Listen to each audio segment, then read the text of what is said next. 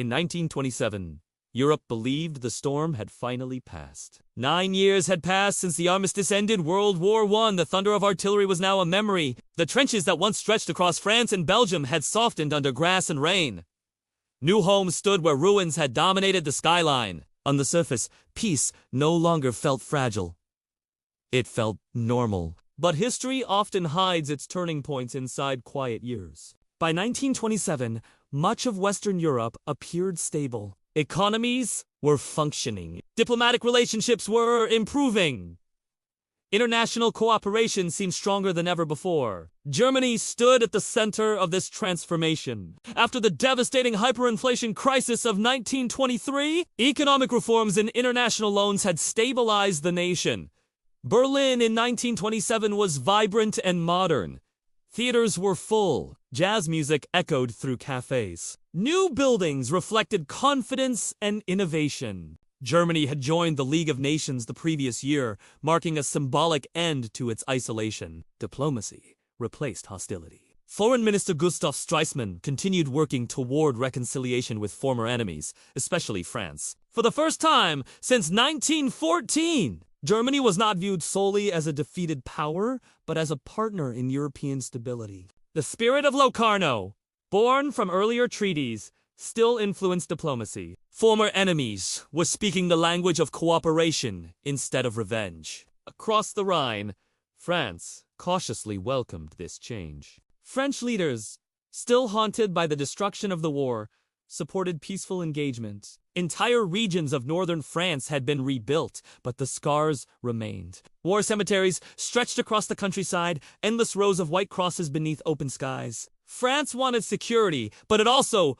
wanted peace. In Britain, economic recovery appeared steady. Though labor tensions and industrial challenges persisted after the 1926 general strike, the nation remained politically stable. The British government continued supporting diplomatic balance in Europe. By 1927, it seemed that Europe had learned its lesson. But beneath this calm lay invisible pressure. The global economy was interconnected more than ever before. Germany's recovery relied heavily on American loans arranged under earlier financial agreements. Factories operated efficiently, but their growth depended on continued foreign investment.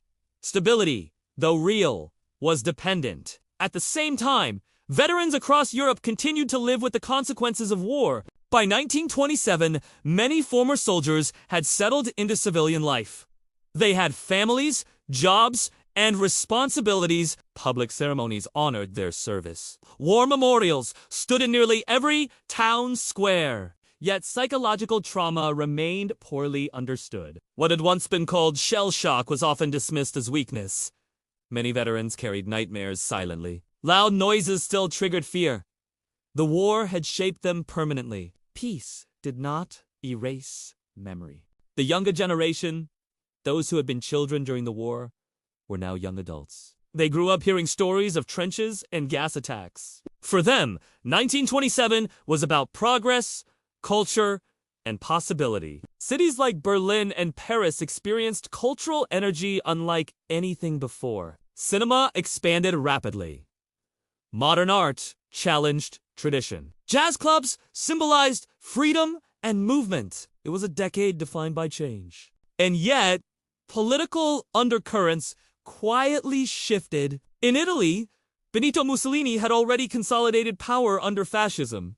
His regime emphasized nationalism and strength. While Western Europe celebrated cooperation, authoritarian ideas were gaining ground in certain regions. Eastern Europe remained unstable. New nations formed after the collapse of empires struggled with minority tensions and fragile political systems. Borders drawn after the war had not resolved every historical conflict. The map of Europe looked different in 1927, but its complexities remained. Internationally, efforts toward disarmament gained momentum. Many leaders believed reducing weapons would prevent another catastrophe. Conferences discussed limitations. Speeches promoted peace. Optimism felt genuine, but history teaches that peace built on optimism alone can be vulnerable. In 1927, the horrors of World War I still lingered in memory. Photographs of devastated battlefields circulated in books and exhibitions. Literature described the brutality of trench warfare. Survivors told stories that silenced rooms. People did not want another war. And for a moment, it truly seemed unlikely. There were no major conflicts between the great European powers in 1927. Diplomats met regularly. Economic indicators suggested growth. Cultural life flourished. The calm felt permanent. But permanence in history is rare. Economic dependence on foreign capital meant vulnerability. Political extremism, though weakened, had not vanished. National pride remained sensitive. The peace established after 1918 required constant cooperation. And cooperation requires trust. Trust in 1927 existed, but it was cautious. Looking back, 1927 stands as a year suspended between trauma and confidence. It was not marked by dramatic crises. It was defined by steady routine. Factories operated. Children attended school. Couples married.